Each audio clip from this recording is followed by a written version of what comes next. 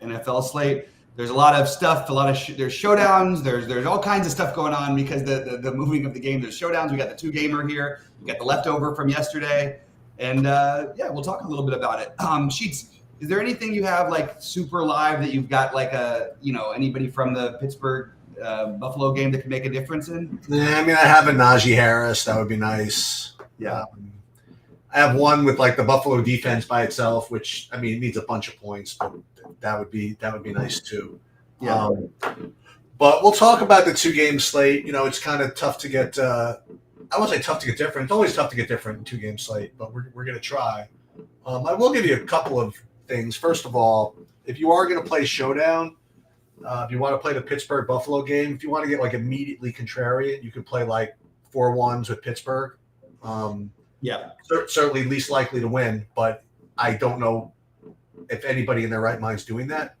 You get the weather plus the fact that Pittsburgh's worse and all that stuff. So even 4-2, I think would make a lot of sense. I think even that's going to be a little contrarian. Yeah, so that would be my advice in Showdown over there. And we could talk about the mains, the 2-gamer, because listen, you have AJ Brown is out, so a whole bunch of you have your regular obvious Devontae Smith and Dallas Goedert, but you have other guys that are going to be in there. So absolutely. Well, let's go game by game here. Let's talk about this first one. Do you want to pull up your thing and do it that way? Let me pull up the screen here. And I'm just trying to get an updated weather look here too at the same time, because I know it's still game conditions.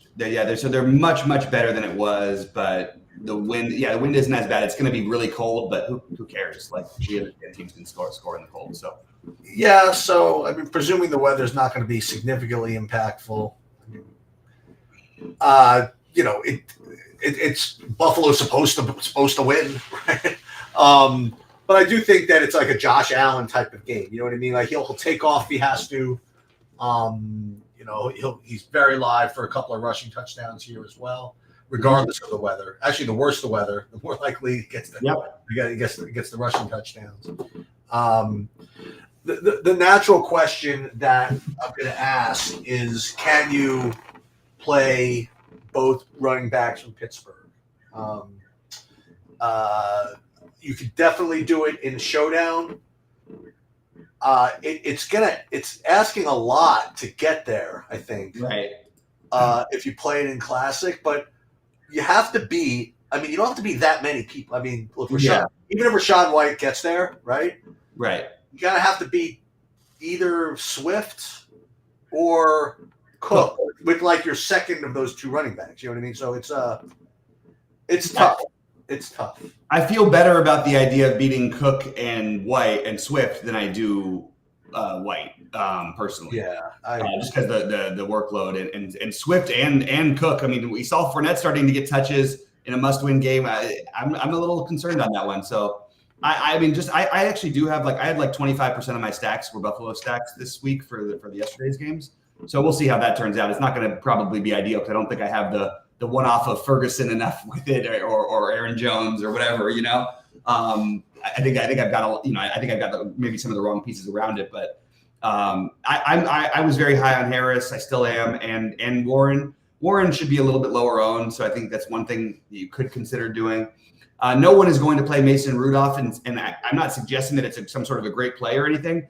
It's just worth pointing out that he's at a different price point than all the other quarterbacks. And the weather might be a little bit better. He's looked very competent. They might be in passing, situations where they have to pass more often. So you could play if you wanted to get really, different, you could play a Rudolph, Warren Pickens, or a Rudolph, Warren, Deontay Johnson. I think that's totally reasonable. And the guy who I do like today, who's going to be overlooked, and I have him a bunch on the 3-game slate from yesterday, is Pat Freiermuth. So I think he's a really interesting tournament play. I could see him getting more work in this. So the favorite pieces would be in order: Harris, Warren, Freiermuth for me. I don't mind if you want to get to some Pickens or Johnson. I think because Johnson relies more on volume, maybe you want to go Pickens maybe a little bit more in this weather. But he's also going to be more popular, I think, by a little bit than Johnson. So you have to weigh it out. I have them rated really close. On the Buffalo side, Josh Allen would be my favorite quarterback today. He and Hurts are pretty close for me, but I really like both of them. And I don't love like over pairing him. I think he's going to be over paired. Like I think Stephon Diggs is going to be really popular because of the way this slate is. And I would be totally cool just playing either Shakir, Kincaid, James Cook along with the Josh Allen. That's the way I would treat it. And I also think these are the two defenses that I would want to focus on because I think there's a lot more passing success you're going to see in the next game. Of course, Baker makes some turnovers, so these two both defenses in this game are going to be, I'm guessing, the most popular. And I don't mind it, but I also don't mind Philadelphia's today. So we can move on to Philly. Yeah, I mean, just to recap, I'm not getting into too much Rudolph in two gamers, but in the showdown, obviously you have to. So I am basically I'm pretty chalky with my approach. I mean, I got more of I have Philly, Tampa, and I have Hurts, Allen, and Mayfield almost the same amount. Very, very little Rudolph in the two games.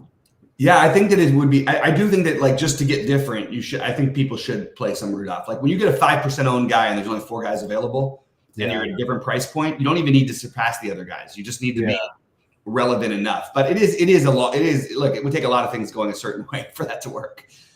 All right, on the Philadelphia Tampa game, what do you got here? Yeah, this is where the action is, and. Tampa, I know where I'm going, right? It's going to be Rachaad White. It's going to be Mike Evans, and then if you want to get different, then you can screw around. Well, and then Chris Godwin, right? But if you want to screw around just for kicks, you could play some. I'm getting actually a decent amount of Trey Palmer, just for something to do.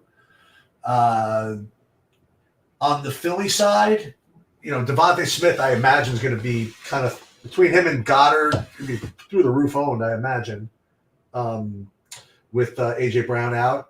How owned do you think, like, either Julio or Zacharias is going to be? Or Zacchaeus? I think Julio is not going to get much ownership, to be honest with you. I actually don't think any of those secondary guys are going to get much ownership, and I think they're all interesting. I think Julio would be the one you'd play the most. Quez Watkins would be second. Zacchaeus will be out there the most of any of these guys, but he's mostly a blocking wide receiver. So I would have a little more interest in Jones and Watkins. But look, certainly in Showdown, I always love Zacchaeus there just because that one touchdown means a lot at 200 or whatever the hell he is on the Showdown slate.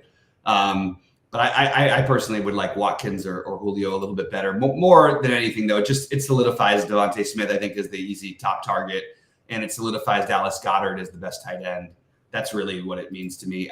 Probably is good for DeAndre Swift as well. I said Devontae and Devontae Smith and DeAndre Swift.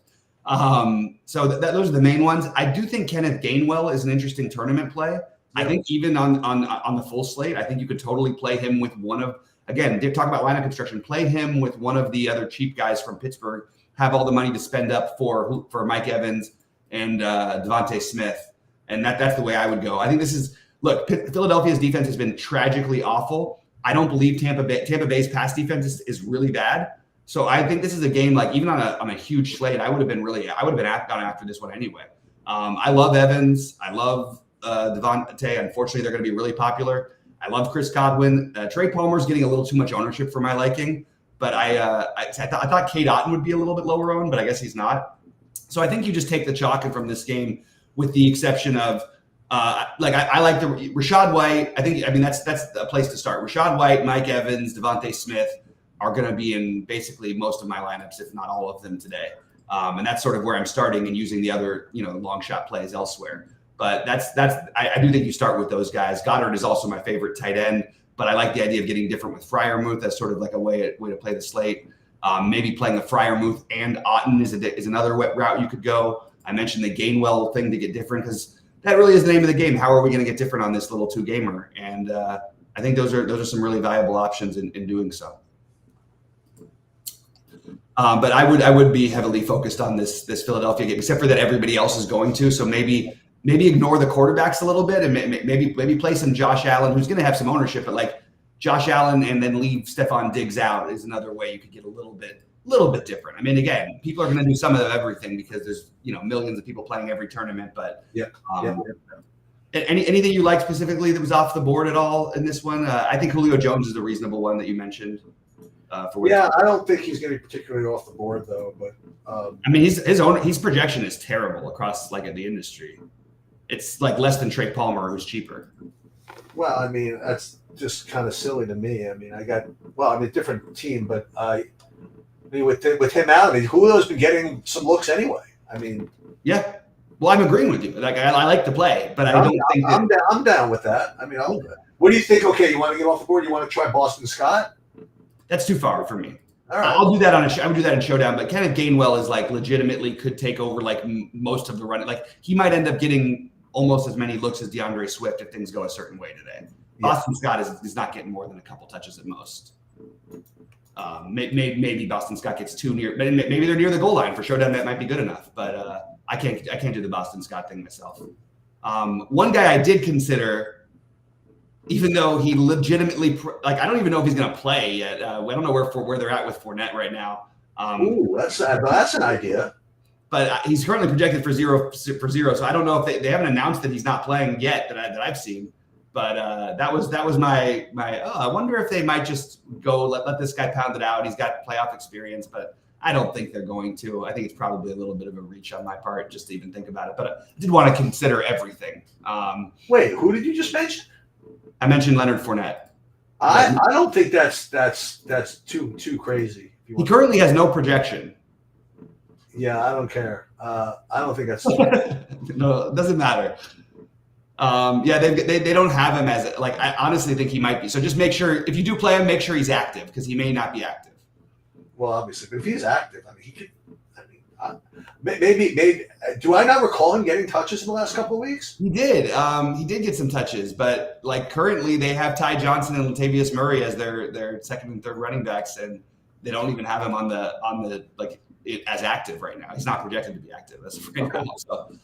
So we'll see. They have Naheem Hines too, but yeah, they've got a lot of like weird guys who used to be decent running backs.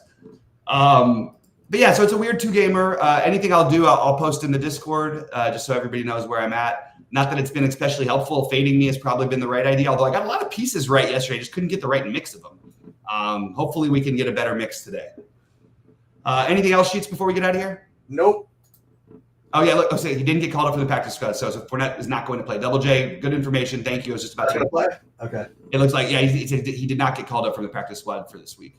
Okay. So, all right, good luck to everybody today, and we'll see you in the Discord. I'm sure there'll be some fun stuff. If anybody's got some sort of a fun 2-day sweat, maybe we can actually, I don't even know if I can jump on live. If that happens and I'm back from my MRI, then maybe we can jump on and talk a little bit about that too.